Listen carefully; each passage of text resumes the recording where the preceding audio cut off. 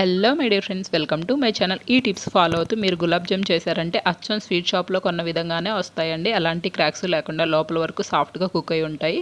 దీనికోసం అయితే వెడల్పుగా ఉన్న ప్లేట్లోకి premix instant gulab jam powder ఉంటుంది కదా, అది కూడా వేసుకొని కొంచెం కొంచెంగా వాటర్ వేసుకుంటూ వేళ్ళతో మాత్రమే పిండిని కలుపుకోవాలి. అరిచేత్తో గట్టిగా అయితే మర్దన చేయకూడదండి.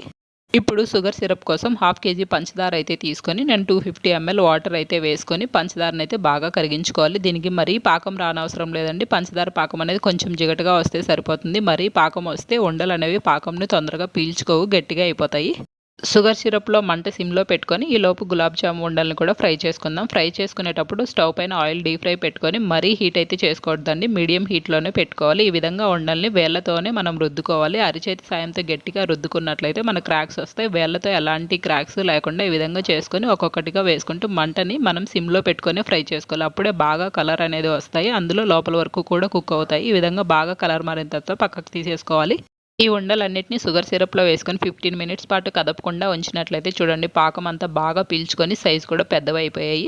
అంతే అండి, అచ్చం స్వీట్ షాప్లో కొన్నట్లుగానే ఎలాంటి క్రాక్స్ లేకుండా స్మూత్గా కుక్ అయ్యే గులాబ్ జామ్ రెడీ అయిపోయింది. మేమైతే వెనిలా ఐస్ క్రీమ్తో తింటున్నాం. మరి మీకు ఈ రెసిపీ నచ్చినట్లయితే లైక్ చేయండి. Please subscribe.